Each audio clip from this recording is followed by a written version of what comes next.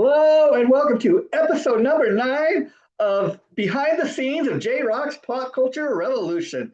Now, this is our spin-off show that we do every Wednesday, kind of give you guys a little preview of, um, of our actual show, JRock's Pop Culture Revolution. We have a brand new episode rolling out tomorrow morning, folks, as we always do at 8 a.m. every Thursday morning. And as promised, it's part 2 of our 2-part Aerosmith special. Now, last week we premiered part 1 of 50 years of Aerosmith, and what we talked primarily about is the fact that Aerosmith March 20th, 2026 to be exact, put out a special 50th anniversary edition of their debut album. They re-released it as Legendary. And what Legendary is a 3 CD set. CD one, you get the original CD, the album as it was originally released. No special bonuses or anything extra on disc one. It's, for anybody that's a collector, you're gonna probably want to have the original version of the album, right?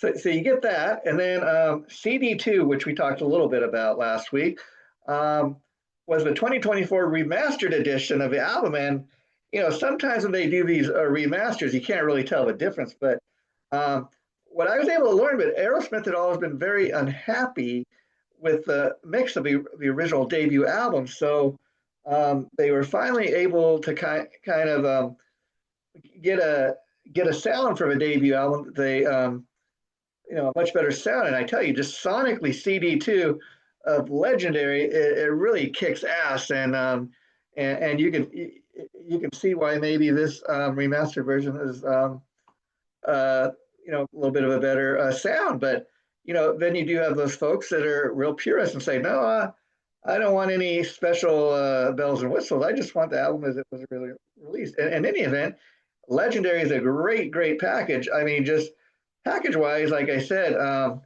you're getting a lot more than just the original album as it was released. You get a 3 CD set. And in part 2, it rolls out tomorrow, we talk specifically about CD3. Now, CD3 is made up of some rare studio tracks, but most of CD3 is a live performance, one of the earliest Aerosmith performances. It was played in this small little intimate club in Boston, Massachusetts, where the band is originally from. And it is the recording is so raw and live. You can tell just by the sound of a recording. And the technology they had back in 1973, recording technology, it was not as good as it is today. But you can hear just how intimate of a place they were playing in. And you got to keep in mind when listening to CD3, the live performance part, that this is Aerosmith before the band has really made it. They're just starting to make some noise, on the Boston club circuit. And keep in mind, this is way before Aerosmith ever played an arena stage. So this is Aerosmith in a little tiny club, and it's just an amazing performance.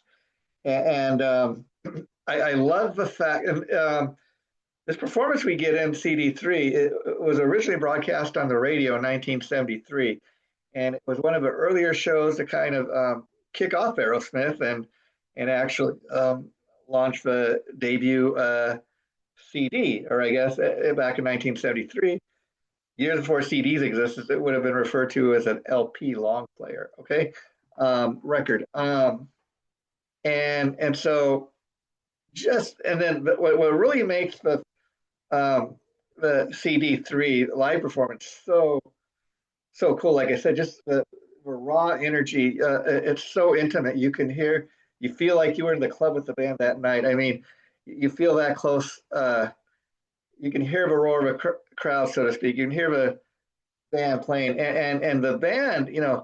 Some of these songs, that appeared on the debut album. Like I got to tell you, the live versions of these songs, they have a really like a song like One Way Street. That's always been kind of a jam song, but this takes it to. I mean, this is like ultimate blues jam. One Way Street. That's just one of the many great live performances that you get on CD3 of Legendary. And so I want you guys to tune in, and you'll find out all about that tomorrow morning at 8 a.m. when we world premiere part two of episode 29, of course, 50 years of Aerosmith.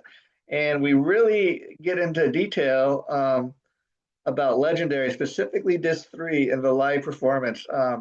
Such a great live performance, catching Aerosmith early on in their career. Again, and when you're listening to this, you got to keep in mind that this is before Aerosmith ever, played big stadiums and arenas. This was very early on in their career. It was a fun thing to kind of listen to because as I shared in part one, huge Aerosmith fan myself, but I had some of the later albums, such as Toys in the Attic, Rock, Strava Line, Permanent Vacation, Nine Lives, all the big hits in the 70s and 80s and 90s. But I never really got the debut album. And of course, that's the album features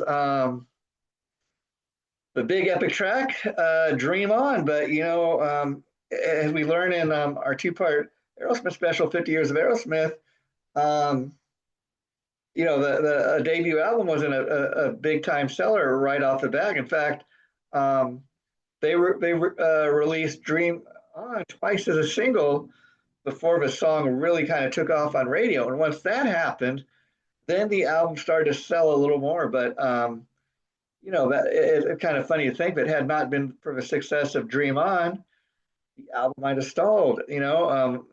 But it's now considered a very much of a classic Aerosmith album. And what's interesting in this Legendary 3 CD collection, you get Aerosmith at very you can tell that, especially if you listen to the live performance, you can tell the band was very young and hungry. They were they just itching to make it. They hadn't quite made the big time yet. That they're very well on their way. And I love but you can hear the raw energy of how tight the band was back in 1973 together. Everybody was on the same page. This was if the guys were doing the drugs back then in 1973, it wasn't really apparent. I don't think that drug use was quite as heavy. That probably came later on in their career, only because the more money a band starts to make, that's when all that that's when all the you can afford the drugs and the alcohol and all the excess.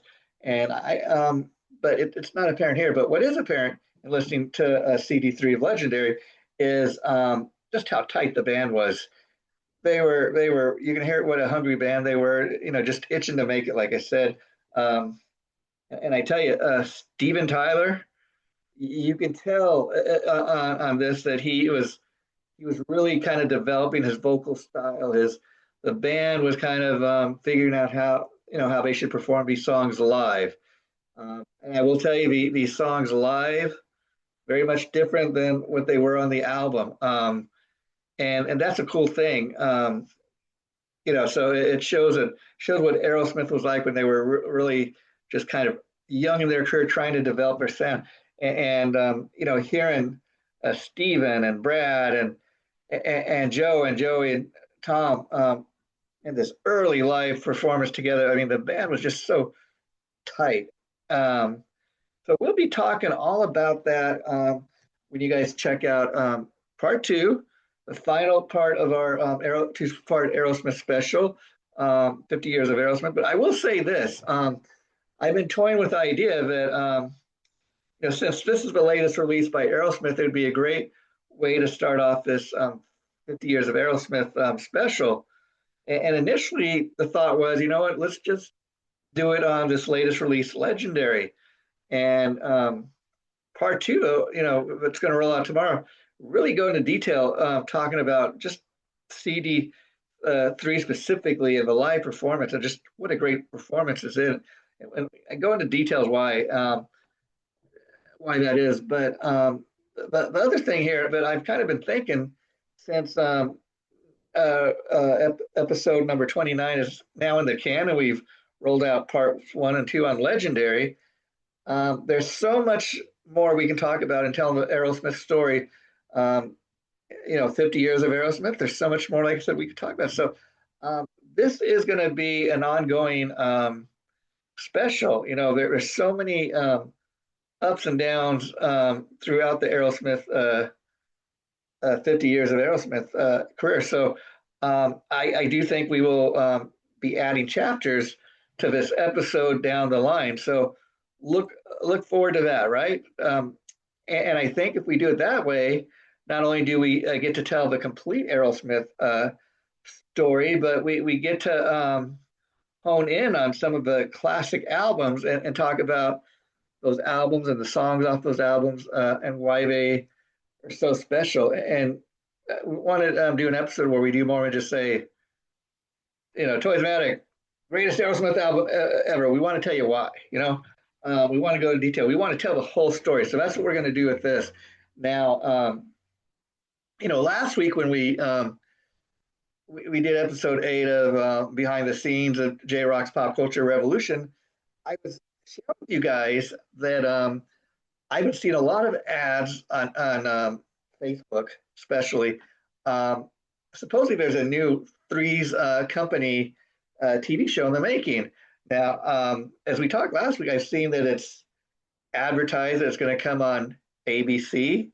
It's going to air on Netflix. And then most recent ad I've seen, now it's going to broadcast on NBC. Now, no way impossible, something like that possible. So I would think somebody's toying with us. But I'll tell you, it's a real fun kind of ad campaign. I don't know if somebody's just having fun with us. But again, I think if that was the case, there might be some truth behind it, only because I think if somebody was really kind of pulling some kind of hoax or fake ad campaign, I do think ABC, where Three's Company originally was broadcast, I do think them and their legal department would go after the person and try to shut this down and say, hey, you can't use a title of Three's Company. You can't. It's not. You don't own the property. You can't. You can't do such an ad campaign. So I think possibly it's some kind of ad campaign, and maybe there's some truth that there is going to be a new Three's Company TV show. I just don't know yet. And again, is it going to some reason air on Netflix? I think it would make more sense to air it on ABC, have a new Three's Company where it originally premiered on ABC. That's home to it. I could see ABC allowing NBC, another network, to take over one of their hit shows. And let's be honest, if there was a new Three's Company, I don't know that it would be as big of a hit as the original Three's Company. There are just some things that you just cannot repeat. I mean,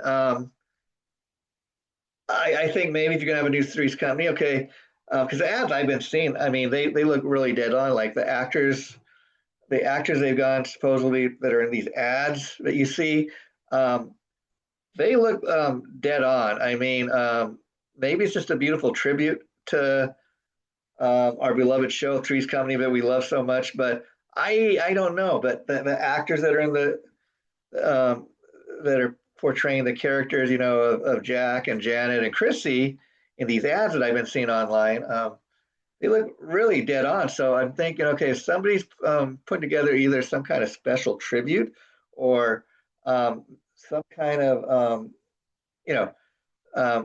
rebooting Three's Company with all new actors, there's a couple of reasons you would do something like that, or at least attempt to do it, because Three's Company's been off the air probably a lot longer than it was even on the air, but it's still, in syndication, it remains a very popular show. I find myself catching the reruns every single day. When I'm at work, I tape the stuff and I come home and I watch it. Something I enjoy doing very much on the weekend, but I gotta be honest. If they were to put a show like this, a reboot of Three's, I would check it out. And because I was such a huge fan, I would probably, if the show was good enough, continue to watch the new episodes. But it's never going to be what the original Three's Company was. I mean, uh, they could get an actor who looked just like John Ritter, but it's not going to be the same. I mean, John Ritter, man, he was the reason I tuned into that show. That guy made me laugh so hard. And I got to tell you, I'll never forget being at home the night the news of John Ritter's death broke on the news, evening news, and man, I was heartbroken like a lot of people. Um, so it's interesting to see if there is a new Three's Company reboot in the making. We just don't know, but I do think if there might be something to it. Maybe maybe it's not like maybe it's not going to be a reboot. Maybe it's some kind of Three's Company tribute. You know, the fact that not only John Ritter has passed um, from a show, but you've had some other actors, you know, like the Ropers and of course Don Knotts, who played the lovable Ralph Furley. And so I could see that maybe some kind of special tribute episode, or maybe they did a mini series on the history of Three's Company. They tribute to the fallen actors. Uh, it's been about, I think, 50 years now since the original Three's Company premiered. So they could be doing something kind of special like that um, to pay tribute to the legacy of Three's Company. Who knows? I'm waiting to see, but the ads are still rolling out every single day. And it's interesting because we get these little teases. It's coming on ABC, NBC, Netflix. Like they're toying with us. And the other thing too is, like I said, if this was not a legit thing, I think whoever was putting this stuff out, I think they would have got shut down. And the fact that, and then it, you know, on the ads when you see it, it says click here to read more. You click here and there's nothing more to read. And so it almost is like clickbait or fake news. But again, I think if it was really not legit, it would have been shut down. So we will see. Um, you know, another thing I was thinking about today, you know, how great some of those classic TV commercials are. That's something I've been thinking about doing an episode on.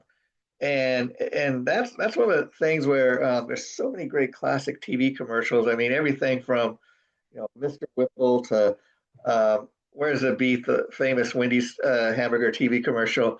Um, and what I would do is I would maybe talk about a specific commercial. We could have more than one of these episodes talking about classic TV commercials. We could have a list of maybe our top five or top 10 or something like that, and tell some behind the scenes stories and why those commercials were so classic, and the fact that they don't make commercials like that those anymore. I mean, think about the guy who played Mr. Whipple. I mean, all his life he was known as Mr. Whipple and for squeezing the Charmin. And could you imagine being that guy? But it brought a lot of laughs to us. Another thing I remember, growing up is think about how many like restaurants had cool jingles and they had cool mascot. I mean, okay, let's go down the line. Okay, do you remember, for example, I think it was in the 80s, 90s, where Taco Bell started on their commercials having a little chihuahua, and that started kind of representing Taco Bell.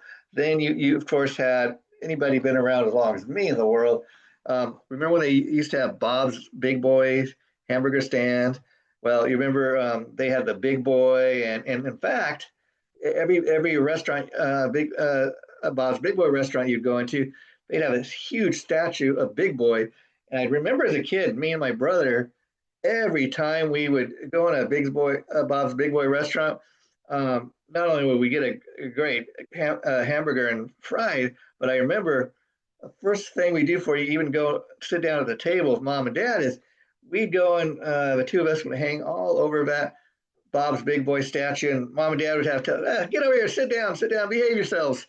But yeah, that's just one of many fun memories. I also remember talking about famous mascots. Well, okay, Tony the Tiger, of course, from They're great. Of course, I'm talking about Frosted Flakes.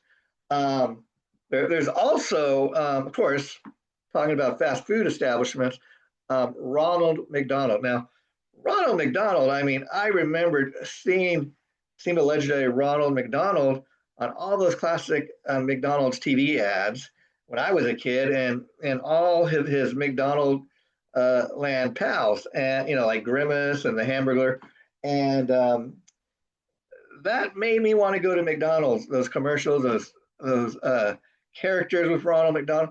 Ronald McDonald, though, he was the leader of the gang, if you know what I mean.